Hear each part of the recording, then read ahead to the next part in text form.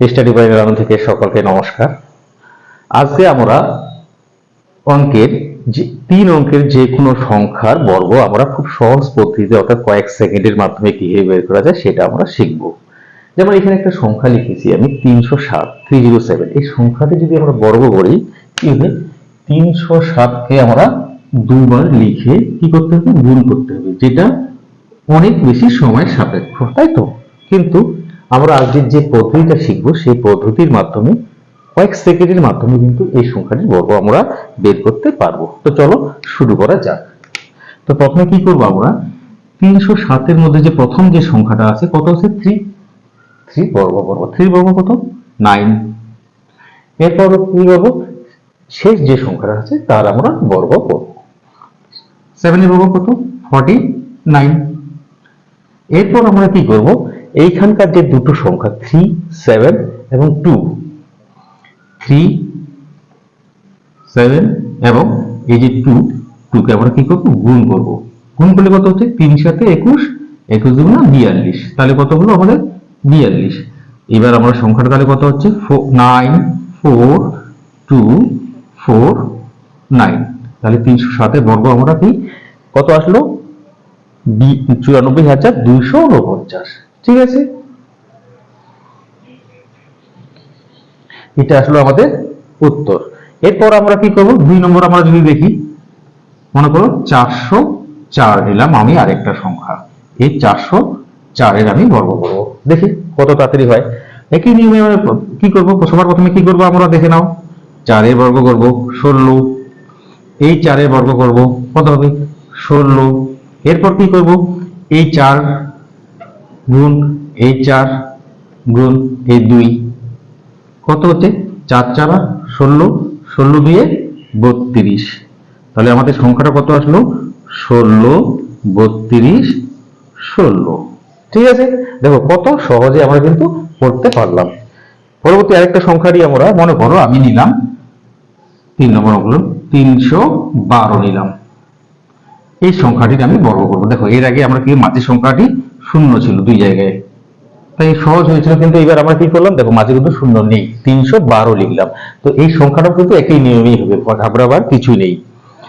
তো এখানে কি করবো, এখানে আমরা যেগুলো দুটো সংখ্যা ধরবো, 3 থেকে দুটো সংখ্যা ধরবো, 3 একটা সংখ্যা, আর এই যে 12 কে 11 2 মিলে 12 একটা সংখ্যা আমরা ধরে নেব।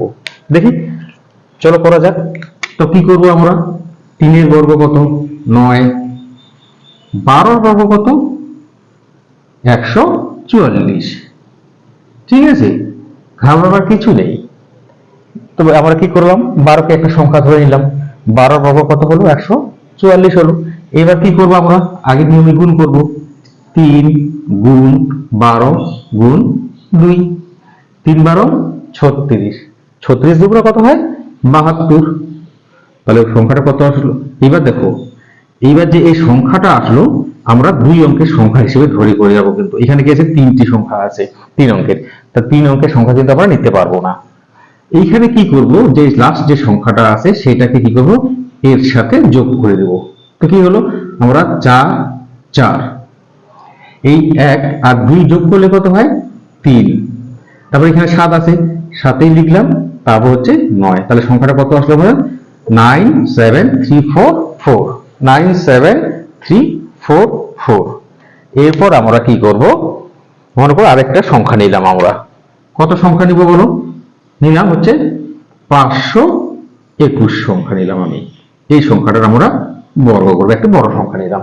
দেখা যাক একই নিয়মে কি করব, আমরা দুটো 5 কে আলাদা ধরবো এবং 21 কে আলাদা ধরবো। ঠিক আছে, এবার কি হচ্ছে, 5 এর বর্গ করব আমরা, 5 এর বর্গ কত, 5 এর বর্গ হচ্ছে 25। এবার দেখো 2 অঙ্কের যে কোনো সংখ্যার বর্গ, এটা আমরা হয়তো সবাই জানি, তবু আমি একবার দেখিয়ে দিচ্ছি। হ্যাঁ, যে 21 এর বর্গ আমরা কিভাবে করব।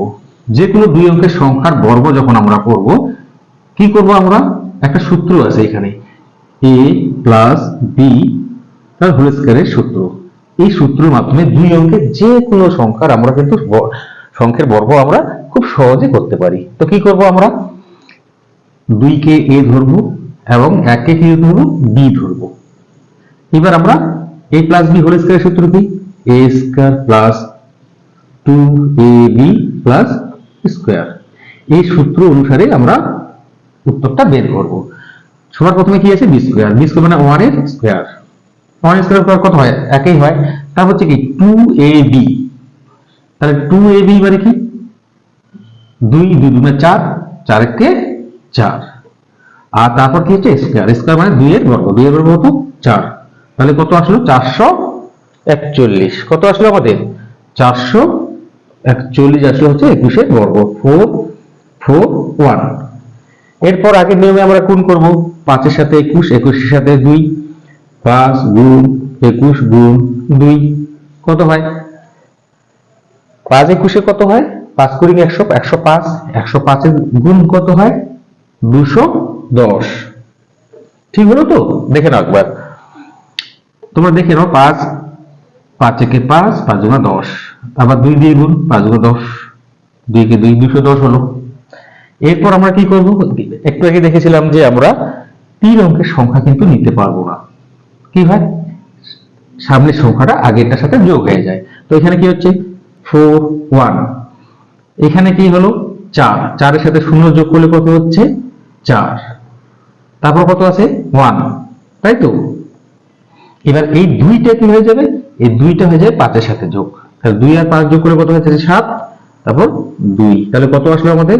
27141।